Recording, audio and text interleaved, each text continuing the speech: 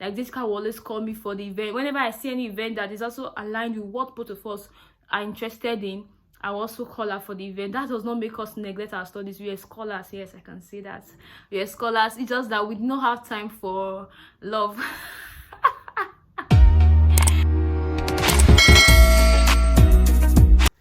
Hello guys, you're welcome to my YouTube channel, of course, The Life of Grace. Thank you for joining me once again. I am so happy to have you here.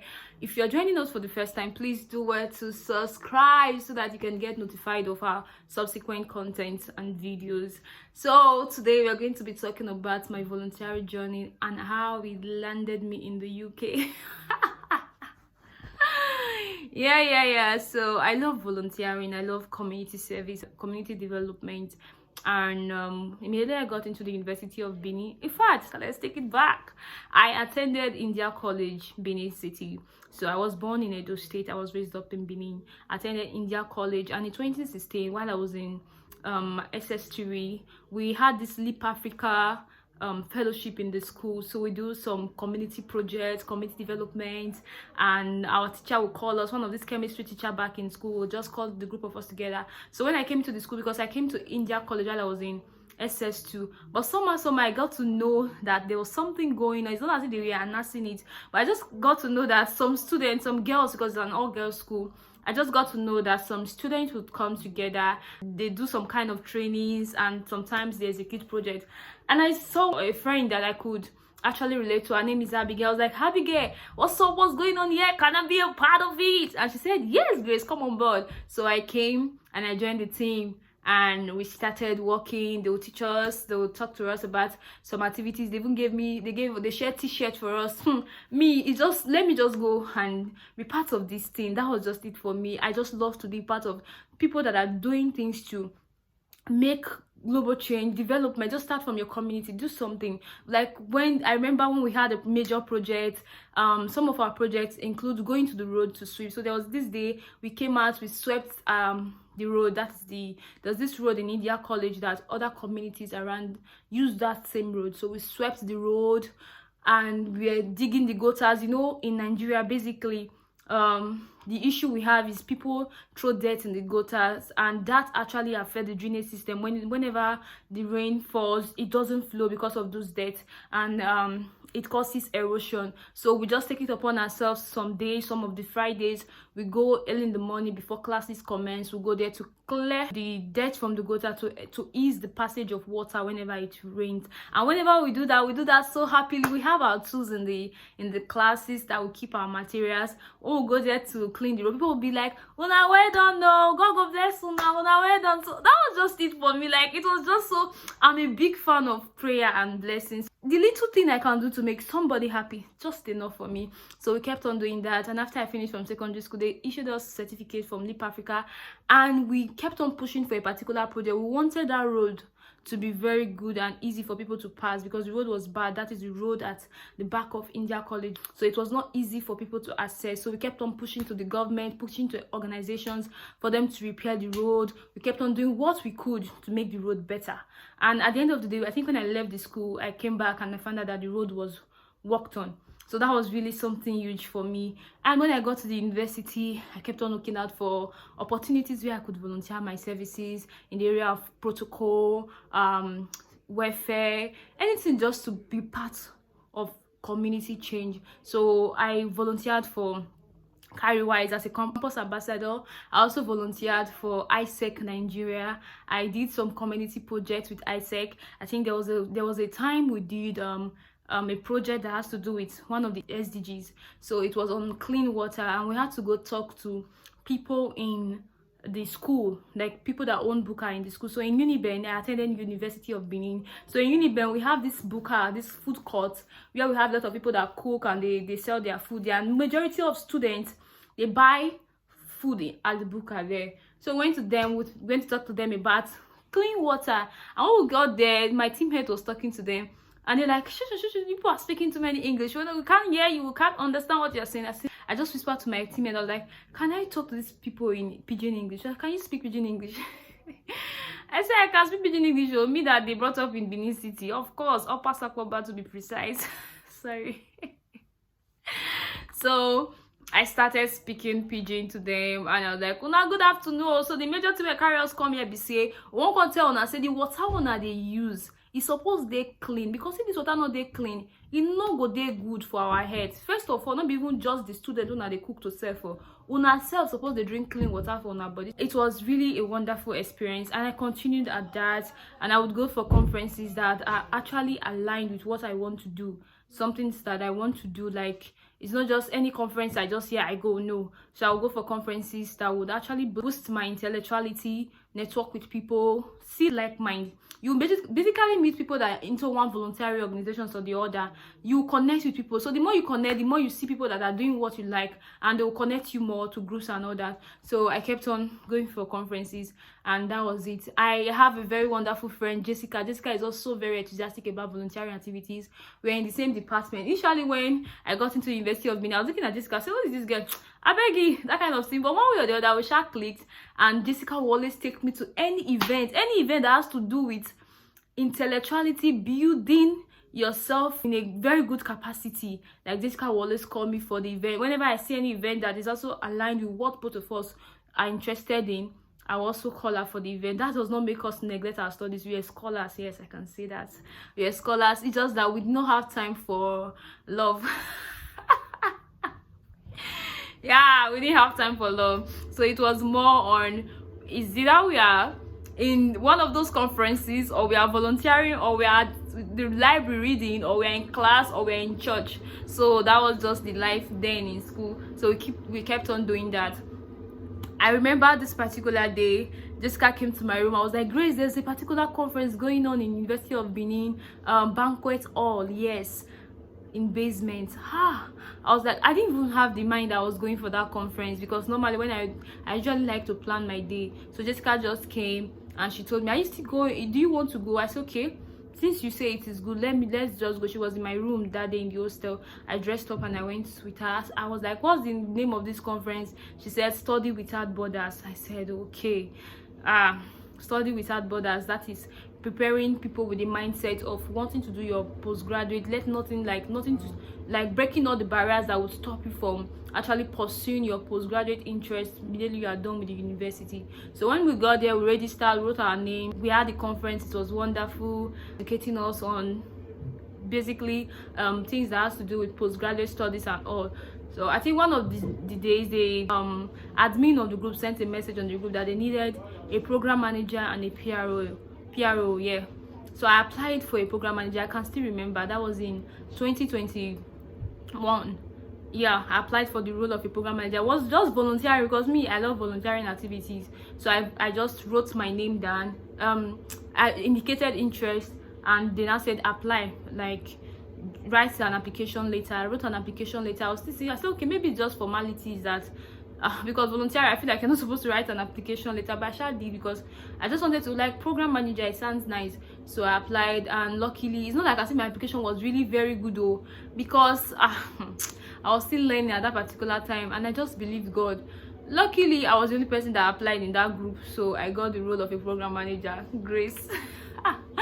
When I got, I was so happy, like I was going to be a program manager for the foundation, because the organizer of that program we went to, they had a foundation, that is the Western Yamu Global Foundation. So that was they just setting up that foundation at the time, and they needed a program manager, and they wanted it to be a student, because they are basically very concerned about student empowerment. So that would be a means for them to empower students. So they just felt like there was only getting an outsider if we're already encouraging the students to do better. So let's just pick somebody that can do it from the pool of students we have on our group chat. So that's how I got the job. I can still remember vividly, on the 1st of January, on New Year Day. Everybody was trying to cook. I was trying to put my application, do it, everything. So I got the job, and they sent me my offer letter. And surprisingly, they sent an offer letter that they will be paying me salary every month. I say, it's voluntary. I want to volunteer. Oh, I don't know this one. Because in my mind, I know that when you are being paid for a job, like the stress that comes with it and all that, but they just made it clear that they don't want to be using a student, and they will not even give you an incentive. Just see this as an incentive. I'm like, wow, I was wild. because I was in school. Like, they were like, it doesn't stop your schooling and all that, it doesn't stop your educational pursuit. So that's why I got the job, and I started working for them as a program manager. There was a lot of projects we were supposed to execute. The major project I executed were in Niger College and Oredo Guest College.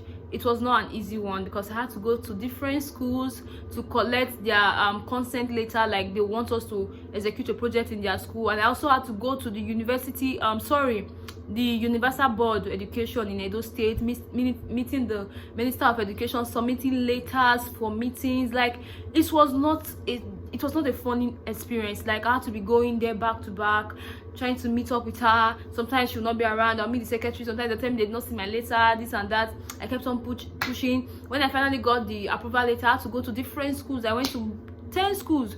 I would trek her, but I was just like, we must get this project done. So until we finally got to schools, I got fundings. My foundation put in the money, and some people helped us, and we were able to do meaningful projects in those schools. We were able to help students to get new uniforms to make them look like students. We distributed books to a lot of students in Niger College. We paid school fees for some students to write their JSS3 exam, that is enrollment fee. We helped, there was a guy that was on crutches, we gave him new crutches, make him look good, buy him new school bag and all that. Like in Oredo, we did the same thing in Oredo Guest College, and we also did build a facility, like an health care facility in the school, so that when students are sick, that they can be properly taken care of in the health sick bay, that's the word. So we also renovated their toilets. We did a renovation of the toilets. So that was the project that was ongoing, and I was basically part of it. I went to the field, get data that would help us to execute our project.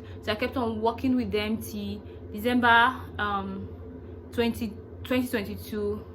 I stopped because I had to focus on school very well. I graduated, went for service, but I was still involved in any other voluntary activity. Even while I was in Abuja serving, I also did some programs on my own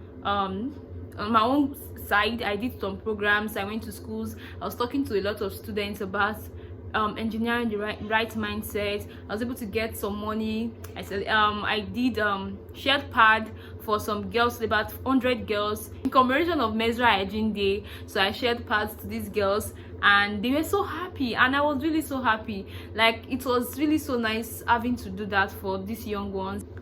Back to the story where this took me to UK. My volunteering activity, I just kept on pushing for it. A particular time, that is early this year, my boss called me and was like, Grace, there's a conference coming up. We usually have the foundation I work with as a program manager, Western Yamu Global Foundation. We usually have a program whereby we bring in different persons that are associated with the foundation for capital development, like human capital development. So we come for the conference. The school, that is Plymouth University, in collaboration with Western Yamu Global Foundation, organize a program to build people in the right capacity in sustainability. So he called me and he was like, will you want to go for this? And I said yes, and I applied for the visa.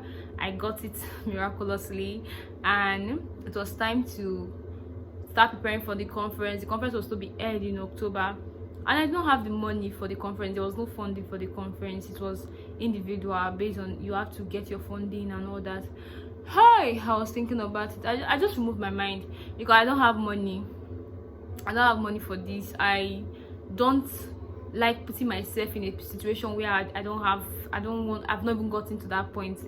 You can see how much flight ticket is, feeding, accommodation and all that. So I don't have the money, so I just removed my mind. I thought there would be funding when I applied, so some things just happened and it didn't work out as I thought about it. But immediately I heard it has to be self-sponsored. I just removed my mind from it. So one time I was talking to somebody, and the person was like, why don't you reach out to the organization to see if they can fund you, write to them and all that. So I called my boss and I talked to him about it. I was like, okay, Grace, we can actually do crowdfunding. And we started. When we started the crowdfunding, I was like, will this thing work? Because somebody had said that she was crowdfunded to Nairobi. I was like, hey, will this thing work? My God was like, Grace, now what for you? Just calm down. I said okay. Then one day when I was praying, because if there's something about me, I had killed desperation out of my life. I'm not a desperate person. That's one thing. I take risk, but I'm not desperate. For me, there's a relationship I have with God that when I bring in desperation, it's as if I'm telling God, go off the way, go off this plan. I want to do it my own way. So I don't do it, and it never works for me. So I just don't do it. So I just told God that, God, if you want me to come to the UK, this money will be complete. But if you don't want me to come to the UK, this money will not be complete. And whatever they sent to me, I will just send to the foundation for us to do a project. So that was my mindset. The money started coming in on Monday. On Monday, that is a week to the conference. So the conference was next week Monday. So the money started coming in on Monday, and the money was just coming bit by bit. And I was like, okay, no problem. This money is not complete. I will send it to my boss. We need to do a project. Before you know, this money just got completed on Tuesday. On Wednesday. Like play. They booked my flight tickets to the UK. See, and God can be trusted. That's just all I have to say. God can be trusted. God can be trusted. Just put in the work. Whatever you think you are doing and nobody is seeing you. I'm not saying everybody should start volunteering, but what I'm saying is that whatever you find yourself doing, do it well. Just put in the mind, I'm trying to be the best version of myself. I've not even gotten there yet, but I'm just grateful to how far God has been helping me, where God has been taking me to. I know He has a lot in store for me. Like this whole thing, it just looks so unreal to me. Like it still feels like great. You are in Nigeria, like, but it is real. So I'm having a nice time here. It's a beautiful experience here, experiencing a new place, getting to meet people, talk to people, and all. Yeah, it has been an amazing time here, and I'm really grateful about it. So I want you to just keep doing that thing that you're doing. God sees you, and He will definitely recognize you in the places He wants you to be recognized. Thank you guys. I hope to see you next time on my YouTube channel. And for you trusting God for something, don't give up. Don't give up. God is going to come true for you. It's okay for you to feel less of yourself sometimes. It's okay for you to feel like you're not doing anything meaningful with your life. It's okay for you to feel like things are not working, but it's not okay for you not to trust in God. Keep on trusting in God. And when you are done thinking about every other thing about yourself, thinking low of yourself, go back to the scripture and see what God has said concerning you. It's so beautiful. A choosing generation, a royal priesthood. Come on. See you guys next time. I hope to bring more gist to you. Thank you. Bye.